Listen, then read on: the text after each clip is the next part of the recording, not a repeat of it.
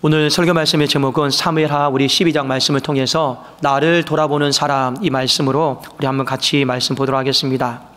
자, 지난 시간의 말씀은 다윗의 인생에 큰 오점을 남긴 장면입니다. 다윗이 이 자신의 이 욕망을 이기지 못해서 밧세바를 범죄했고, 그리고 그의 남편을 우리아를 전장터에 내몰아서 죽였던 이 장면을 보았습니다. 참으로 많이 안타까운 모습입니다. 여러분, 인생에 오점이 없는 사람이 어디에 있겠습니까? 그러나 성경은 우리에게 그 오점이 한 번은 있을 수는 있겠지만 다시 두 번, 세 번 반복되는 오점은 남기지 마시라. 그래도 우리에게 성경은 경고하고 있는 것 아니겠습니까? 그리고 그 오점 뒤에 어느 정도 시간이 10개월 정도 흘렀습니다. 이 10개월 정도 시간이 흐르다 보니까 이상한 소문이 좀 돌기 시작을 했습니다. 이 밧세바가 품고 있는 이 아이가 이 우리아의 아이가 아니고 혹시 다윗의 아이가 아닐까, 이런 소문이 이제 돌기 시작했고, 그렇다라면 이 우리아가 전장터에서 죽은 것은 불의한 사고로 죽은 것이 아니라 누군가에 의해서 고의적으로 죽은 것은 아닐까, 그리고 그렇게 지시를 내린 사람은 바로 다윗은 아닐까, 이런 여러분 흉흉한 소문이 돌기 시작을 했습니다. 여러분, 이런 소문이 도니까 여러분 누가 가장 큰 손해일까요? 하나님이 가장 큰 손해입니다. 쉽게 생각하면 이렇습니다. 강단에 서 있는 저를 향해서 흉흉한 소문이 돈다 생각을 해보십시오. 그러면 여러분들이 말씀이 들리겠습니까? 안 들리겠습니까? 안 들려요. 그러면 하나님 손해인 거죠. 그럼 빨리 하나님은 이 문제를 수습하셔야 되는 거예요. 그래서 하나님이 어떻게 하시는 겁니까? 나단 선지자를 보냈어요. 보내서 다윗이 10개월 동안 회개하고 있지 않는데 회개를 하기를 원했고, 깨닫기를 원했고, 빨리 이 문제를 하나님이 정리시키기를 원하셨습니다. 하나님이 나단 선지자를 보내신 것은 죽이려고 보낸 게 아니에요. 지금 가만히 내버려 두면요, 나라 전체가 불신으로 여러분 망하는 길로 가기 때문에 그렇습니다. 여러분, 나단 선지자가 다윗에게 와서 어떤 한 우화를 들었습니다. 이야기를 꺼내죠. 한 마을에 두 사람이 살았습니다. 한 사람은 부자고 한 사람은 지극히 가난한 사람입니다. 재산에 대해 얘기하고 있어요. 그런데 이 부자는 많은 양떼들이 있고 소떼들이 있어요. 근데 이 가난한 사람은 어떤 사람이냐? 오직 그 가정 안에 한 마리의 양떼밖에 없습니다. 그리고 그 양떼는 마치 가족과 같다라는 거죠.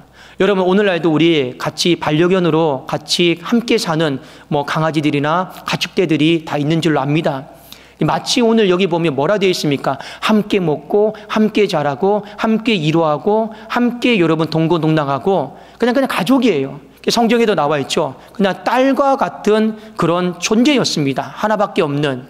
그런데 이 부잣집에 한 행인이 찾아왔어요. 여러분, 또 자기 집에 찾아왔는데 대접을 안 할 수가 없고, 사람이 체면이 있으니까 대접을 하려고 하는데 막상 내 것을 가지고 대접을 하려고 하니 너무 아까운 거예요. 너무 아까운 거예요. 그래도 어떻게 합니까? 이 가난한 자의 소유를 보는 거예요. 그리고 빼앗는 거예요. 근데 이 빼앗는 가정 속에서 이거는 우리 가족과 같다, 이거는 우리의 식구다, 그렇게 말을 했음에도 불구하고 긍휼히 여기지 않고 강제적으로 빼앗았어요.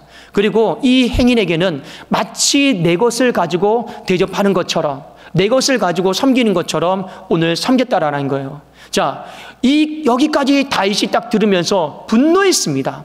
분노하고 어찌 감히 내 나라에 그런 사람이 살 수가 있단 말이냐 하면서 다윗이 분노하는 장면이 나옵니다. 한번 우리 사무엘하 12장 5절 6절 말씀인데 같이 한번 우리 보도록 하겠습니다.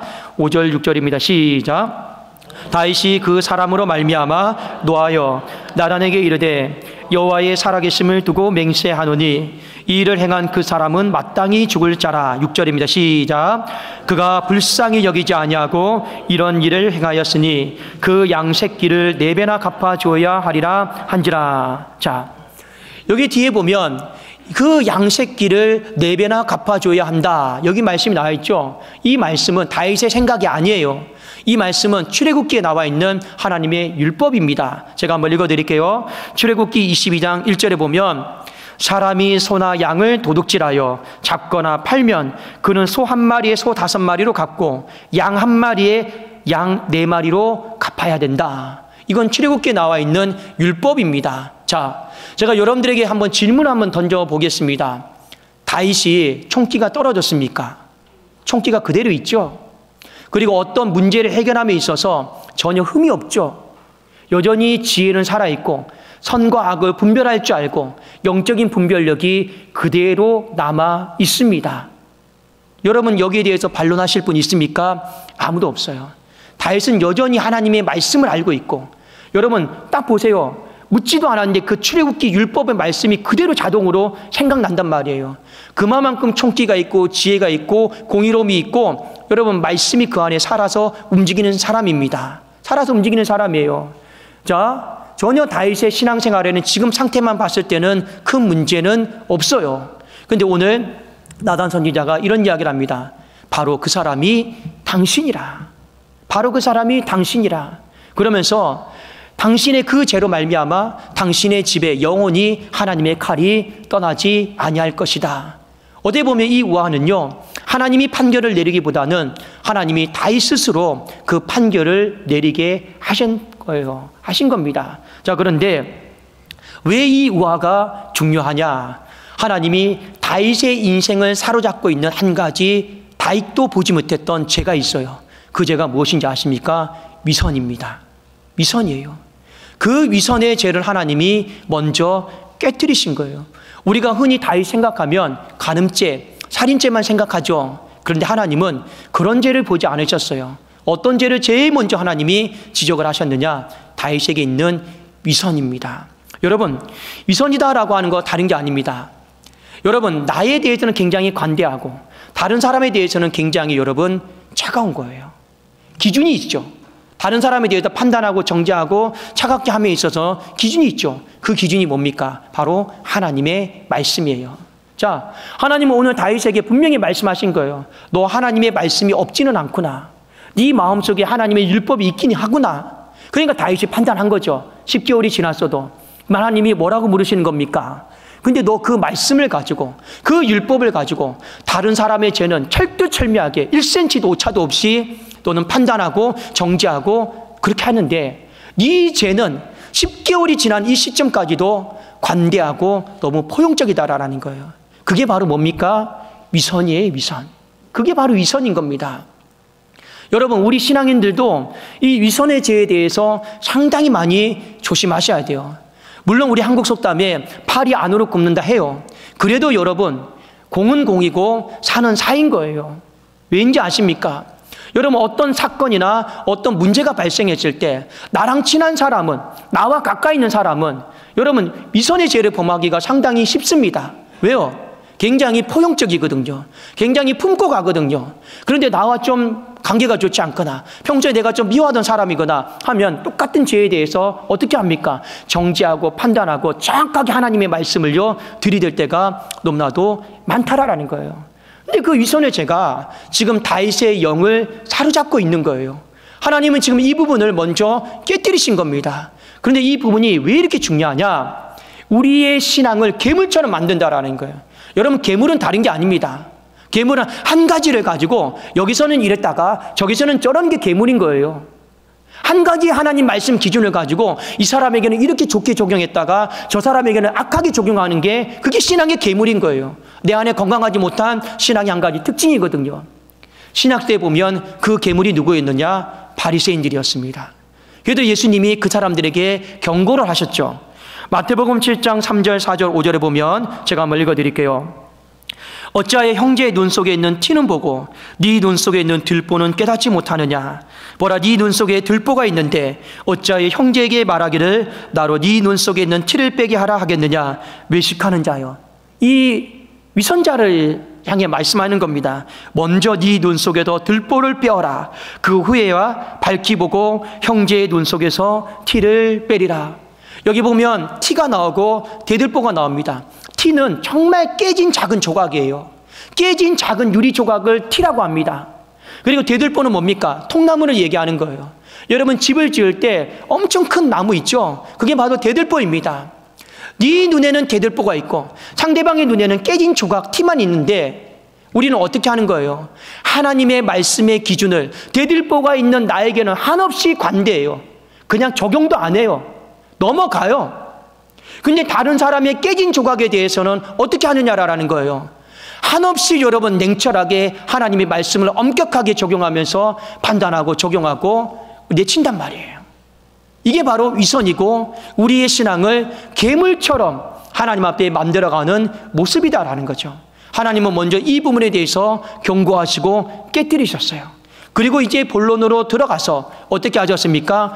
다윗이 실제로 범했던 죄들에 대해서 하나님이 하나하나씩 부숴버리십니다. 어떻게 부숴버리시는가? 한번 보도록 하겠습니다. 자, 첫 번째, 너는 은혜를 가볍게 여기는 사람이다. 너는 은혜를 가볍게 여기는 사람이다. 하나님은 이 부분을 부쉈어요. 자, 사무엘하 12장 7절 8절입니다. 제가 한번 읽겠습니다. 나단이 다윗에게 이르되 당신이 그 사람이라. 이스라엘의 하나님 여호와께서 이와 같이 이르시기를 내가 너를 이스라엘의 왕으로 기름 붓기 위하여 너를 사울의 손에서 구원하고 네 주인의 집을 네게 주고 네 주인의 아내들을 네 품에 두고 이스라엘과 유다 족속을 네게 맡겼느니라. 만일 그것이 부족하였을 것 같으면 내가 네게 이것저것을 더 주었으리라. 자, 하나님이 다윗의 인생에 어릴 때부터 지금까지 다 공급해 줬다라는 거예요. 오늘 가장 많이 나오는 말씀이 뭡니까? 줬다. 내가 주지 않았느냐? 이것도 줬고 저것도 주었다. 하나님이 오늘 다윗에게 제일 많이 하시는 말씀입니다. 내가 네 인생을 거저 공급해 주지 않았느냐라는 거예요. 맞습니다. 다윗의 인생에 아무 재산이 없었어요. 전부 다 하나님이 다 공급해 주신 거예요. 자, 그런데 다윗의 인생 가운데 갑자기 한 여자가 더 필요했어요. 한 여인이 더 필요했습니다. 바로 그 여인이 밧세바였어요. 그럼 하나님이 단도직입적으로 얘기하는 거예요. 너 만일 그 여인이 필요했더라면 나한테 먼저 얘기하지. 나한테 먼저 상의하지. 왜 나한테 얘기 안 했어? 하나님이 지금 이 부분에 대해서 말씀을 하고 있는 거예요. 그러면서 하나님이 역으로 이렇게 말씀하는 겁니다. 너 나한테 묻지 않고 네 힘으로 그것을 얻었지.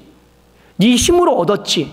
그럼 하나님이 뭐라고 말씀하시는 거냐면 그러면 지금까지 내가 너한테 공급해 줬던 거, 은혜로 줬던 것도 너 그러면 다 네 힘으로 얻었다라고 너 착각하고 살고 있느냐.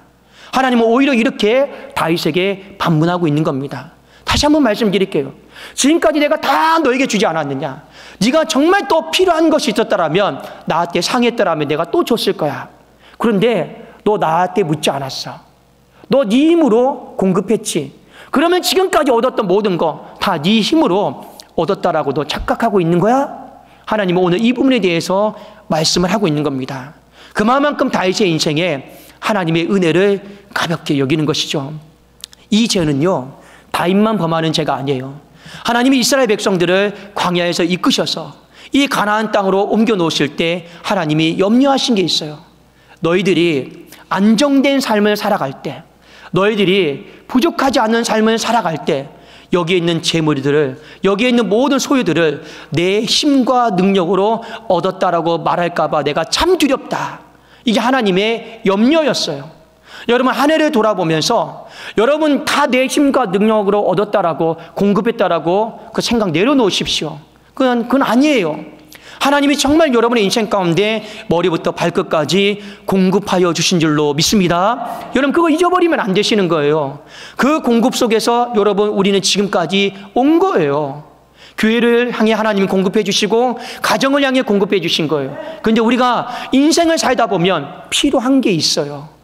그러면 어떻게 해야 돼요? 지금까지 공급해 주셨으니 이 필요한 것도 하나님께 구하면 하나님이 더 좋은 것으로 공급해 주시겠구나. 믿음으로 구하면 되는데 우리가 중단해버려요. 내 힘과 능력으로 얻으려고 해요. 그게 여러분 잘못되었다 하는 것입니다. 그게 뭐 어떤 마음 때문에 그렇습니까? 하나님의 은혜를 가볍게 여기는 마음에서부터 오늘 이런 현상들이 발생한다라고 하는 것입니다. 여러분, 제가 청년들에게도 가끔씩 이런 이야기를 합니다. 어떤 문제에 대해서 상의를 하잖아요. 여러분, 어려운 문제가 있으면 상의하라고 합니다. 뭐 누구를 만나야 될지, 신앙생활을 어떻게 해야 될지, 선택의 문제에 어떻게 해야 될지 제가 상의하라고 그래요. 상의합니다. 그런데 가끔 가다가 이런 경우가 있어요. 정작 상의해야 될 문제는 상의하지 않고 혼자 일을 저지르는 청년들이 있어요. 그러면 여러분 그 마음이 어떻겠습니까? 여러분 그 마음이 어떻겠습니까? 마음이 아파요. 지금까지 계속 상의해 오다가 여러분 어떤 중요한 문제에 있어서 상의하지 않고 내 임의대로 해결하다가 나중에 일이 커져버린 경우들이 있어요. 그리고 나중에 목사님에게 찾아와요. 목사님, 저 이런 문제 터졌어요. 어떻게 하면 좋겠어요? 그러면 목사의 마음이 무엇이겠습니까? 너 왜 이렇게 힘들고 아프니? 이것보다도 너 지금까지 계속 나한테 얘기해오다가 왜 이 문제는 나와 상의하지 않았어? 왜 이 문제는 나와 이야기하지 않았어? 이것 때문에 목사의 마음이 더 아프고 서운한 거 아니겠냐라는 거예요. 목사를 가볍게 여기니까 그래요. 하나님의 은혜를 가볍게 여기니까 우리도 똑같이 그런 행위들을 하고 있다라고 하는 것입니다. 이런 부분들이, 은혜를 가볍게 여기는 부분들이 내 삶을 돌아보면서 있지 않은가, 우리가 오늘 돌아보셔야 되는 거예요. 하나님이 이 부분에 대해서 깨뜨리셨습니다. 두 번째 하나님이 또 깨뜨린 것은 무엇이냐? 하나님을 업신여기는 것을 하나님이 깨뜨리신 거예요. 여러분, 업신여기다라고 하는 건 사전적인 의미로 이런 뜻입니다. 교만한 마음으로 남을 낮추거나 하찮게 여기는 걸 업신여기다라고 하는 뜻입니다. 하나님은 굉장히 마음이 불쾌하셨어요. 마음이 많이 속상하셨어요. 왜요? 본인 입으로 네가 나를 업신여겼다라고 말씀하시는 이 하나님의 마음이 얼마나 괴로우시겠냐라는 거예요. 그런데 다윗이 하나님이 진짜 업신여겼어요. 하찮게 여겼어요. 가볍게 여겼습니다. 교만 때문에요. 그런데 하나님이 왜 이 부분을 오늘 지적을 하시느냐? 이 죄가 다름 아닌 사울이 범했던 죄였기 때문에 그렇습니다. 사울이 왜 하나님의 말씀을 버렸습니까? 하나님을 업신여겼어요. 사울이 왜 하나님을 하찮게 여겼습니까? 하나님을 업신여겼어요. 그 마음의 중심에는 무엇이 있었습니까? 바로 교만한 마음들이 하늘을 찌르고 있었다라는 거예요. 하나님은 이 상태로 가다가 이 사울을 버린 것처럼 다윗을 버릴 수밖에 없었습니다. 근데 다윗에게 한 번 더 기회를 주시는 거예요. 자, 사무엘상 15장 23절에 보면 이 업신여김의 마음이 사울 왕의 마음이었다라는 거. 자, 한번 하나님이 지적하고 있습니다. 제가 읽어드릴게요. 이는 거역하는 것은 점치는 죄와 같고 완고한 것은 사신 우상에게 절하는 죄와 같음이라. 왕이 여호와의 말씀을 버렸으므로 여호와께서 왕을 버려 왕이 되지 못하게 하셨나이다 하니, 왕이 여호와의 말씀을 버렸다고 되어 있어요. 하찮게 여겼어요. 가볍게 여겼어요. 그래서 타협한 거예요. 사울은 자기 세우려고, 자기 이름 드러내고 싶어서. 다윗은 뭐 때문에요? 정욕 때문에. 그 정욕 때문에, 쾌락 때문에 하나님을 업신여겼다 하는 것입니다. 여러분, 우리의 인생도 하나님의 말씀을 모르는 게 아니에요. 다들 그러죠. 먹고 살기 바쁘니까, 돈 벌러 나가야 되니까, 주의를 못 지키고 일하러 나가야 되고. 여러분, 제가 그것까지 뭐라고 하고 싶진 않습니다. 오늘날 이 시대가 하나님의 말씀을 몰라서 하나님 말씀 몰라서 하나님 말씀 버리는 게 아니에요. 알면서 다 버리는 거예요. 알면서 다 타협하는 거예요. 저는 그래도 개인적으로 새가족부들을 빼놓고 기존 신자들은 성경 공부가 그렇게 필요하다고 생각하지 않습니다. 왜요? 이미 다 알고 있어요. 충분히 다 알고 있어요. 그런데 무엇이 문제입니까?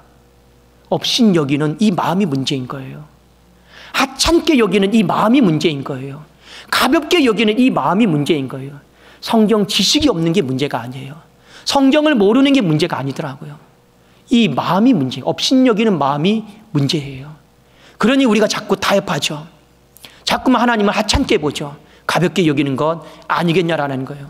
하나님은 오늘 이 부분에 있어서 이 자신을 한번 진지하게 돌아보라 하였습니다. 여러분, 자신을 돌아보는 걸 보통 자기의 성찰을 한다고 그러죠. 근데 우리의 자기의 성찰은 내 기준으로 하면 안 돼요. 세상의 기준으로 자기 성찰하면 안 됩니다. 우리는 어제나 오늘이나 영원토록 변함없는 동일한 한결같은 하나님의 말씀, 이 성경을 가지고 내 자기 자신을 성찰하는 거예요. 그래야지만이 그 사람의 영이 깨어지고 변화가 있고 회복이 되는 줄로 믿습니다. 이 자기 돌아봄을 잘 하셔야 돼요. 근데 여러분, 오늘 말씀을 딱 보면 실제로 다윗이 범했던 죄는요, 간음죄요, 살인죄입니다. 그런데 하나님이 거의 간음이다라는 표현을 쓰지 않았어요. 살인이다라고 하는 표현을 직접적으로 쓰지를 않으셨습니다. 오히려 하나님은요, 다윗의 인생 가운데 이 위선, 업신여김, 그리고 여러분 은혜를 가볍게 여김, 이런 부분들에 대해서 하나님이 지적을 하셨어요. 참 좀 이해되지 않지 않습니까? 분명히 너 왜 간음했어? 너 왜 살인 저질렀어? 하나님의 율법에 그렇게 하지 말라고 했는데 이렇게 하나님이 말씀하실 법도 한데 하나님은 그런 방법을 택하지 않았어요. 오히려 더 본질적인 거, 더 여러분 핵심적인 거, 다윗의 심령 안에 있는 이 본질적인 죄악에 대해 다뤘습니다. 그게 무엇일까요? 내 안에 위선이에요. 내 안에 하나님을 업신여기는 마음이에요. 내 안에 하나님의 은혜를 가볍게 여기는 이 마음에 대해 지적하셨어요. 그리고 여러분이 시편을 읽다 보면 다윗이 이 부분을 놓고 눈물로 침상을 적시면서 회개한 말씀이 나옵니다. 꼭 집에 가셔서 시편을 읽어보십시오. 거기에 보면 내가 하나님 앞에 간음죄를 저질렀습니다. 살인죄를 저질렀습니다. 이 말 자체가 나오지 않아요. 이건 아무것도 아니었어요. 진짜 하나님 마음을 아프게 한 게 뭡니까? 업신여김. 진짜 하나님 마음을 아프게 한 게 이선적인 괴물과 같은 신앙. 진짜 하나님의 마음을 아프게 한 거, 하나님의 은혜를 가볍게 여긴 거. 이걸 놓고 다윗이 울고 또 울고 또 울면서 하나님 앞에 회개한 거예요. 회개한 거예요. 왜 이 부분이 상당히 중요하냐? 하나님은 그 모습을 빨리 회개시키고 이 다윗이 다시 하나님 앞에 예배드리는 심령으로 바뀌기를 원했습니다. 여러분, 이 세상에서 하나님이 성경만 놓고 봤을 때 누구의 예배를 가장 하나님이 기뻐하신지 아십니까? 바로 다윗의 예배입니다. 그래서 사도행전 말씀에 보면 하나님이 다윗의 장막이 그립다고 했습니다. 다윗이 찬바람 맞아가면서 벌벌 떨어가면서 그 하나님의 언약궤 앞에서 단열되지 않는 그 언약궤 앞에서 찬송하고 은혜를 기억하고 감사하고 하나님을 존중해 드리고 그 예배가 하나님은 너무 그립다고 하셨어요.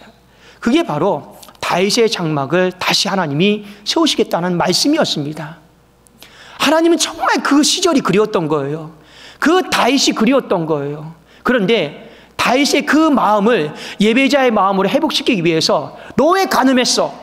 너 왜 살인했어? 이걸로 여러분 다윗의 마음이 회복되질 않아요. 이건 여러분 비본질적인 문제예요. 진짜 본질적인 문제는 하나님 앞에서의 이 문제입니다. 그래도 하나님이 이야기 꺼내는 거죠. 다윗아, 너 왜 신앙이 이렇게 괴물처럼 바뀌었어? 나는 그런 괴물의 모습으로 너를 받을 수가 없어. 그 괴물과 같은 모습으로 너의 예배를 받을 수가 없어. 다윗은 자신의 인생이 위선자라고 하는 건 깨닫지도 못했어요. 오늘 이 사건을 통해서 내가 위선자이구나. 여러분, 그만큼 위선의 죄는요, 외식하는 죄는요, 발견하기가 어려워요. 그럼에도 불구하고 우리가 많이 짓는 죄예요. 그게 바로 위선입니다. 하나님은 그것에 대해 깨뜨렸어요. 그 위선이요, 괴물이거든요. 너 괴물과 같은 모습으로 나한테 어떻게 예배 드릴 수가 있어? 그거 깨뜨려야 돼. 또 하나 무엇입니까? 너 왜 필요한 것이 있으면 나한테 얘기하지? 이것저것 필요한 것이 있으면 얘기하지? 그러면 내가 줬을 텐데. 하나님이 지금 밧세바를 빼앗는 게 지금 하나님이 마음이 상한 게 아니에요. 뭐가 마음이 아픈 거예요? 왜 하나님 앞에 지금까지 잘 얘기해오다가, 잘 말해오다가 왜 그건 얘기 안 했느냐라는 거예요. 그게 하나님 마음이 너무 아픈 거예요. 여러분, 부모와 자녀 간의 관계도 마찬가지 아니겠습니까? 부모 마음이 뭐예요? 자녀에게 다 공급하고 어릴 때부터 다 여러분 공급하고 오지 않았습니까?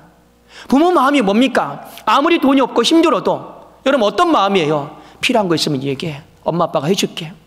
필요한 거 있으면 엄마 아빠가 어떻게든 해줄게. 그게 솔직히 부모 마음이거든요. 아버지의 마음이거든요. 왜요? 지금까지 그냥 그렇게 해오셨으니까. 지금까지 그렇게 해오셨잖아요. 그냥 다 해줬잖아요. 그러니 앞으로도 필요한 거 있으면 얘기해. 다 해줄게. 그런데 그 자녀가 부모에게 그걸 얘기하지 않고 어떻게 한 거예요? 어느 집에 가도 훔쳐왔어요. 지가 원하는 거라고. 그러면 부모의 마음이 훔쳐온 게 마음이 아픈 게 아니라 뭐가 마음이 더 아픈 거예요? 왜 그거 얘기하지 않았냐? 왜 그걸 얘기하지 않았어?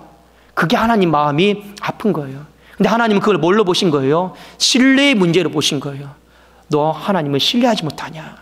너 아버지를 신뢰하지 못하냐? 그래서 얘기 안 한 거야. 하나님은 이 부분이 가슴 아픈 거예요.